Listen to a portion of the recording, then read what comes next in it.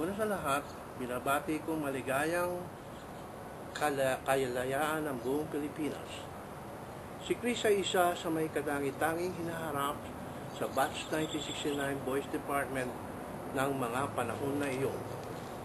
Kaya naman, siya ay nagretiro ng Vice President ng isa sa pinakamalaking bangko sa Pinas, ang Bank of the Philippine Islands. Napakahaba ng pasensya niyang si Chris. Hindi mo makikitang napipikon kahit na anong alaska mo sa taong iyan. Napakataba ng puso ng kaibigan nating iyan. Basta't kaya siya ay maaasahan.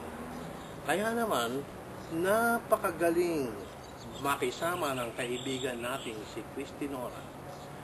Kung iahambing mo nga yan ay para siyang puno ng mangga na napakatamis magmahal at asahan mong masisilungan mo siya sa lahat ng panahon. Kaya Chris, dasal ko sa iyo na maliwanagan ka na kailangan mo nang ibahagi sa iyong lingkod ang mga benepisyero ng retirement mo sa BPI. There is more to come, Chris. Enjoy your next 365 days journey until the many more to come. I'm so happy to have a friend such as yourself. Happy birthday. Nag-uulat, George Adea, Long Beach, California, US of A.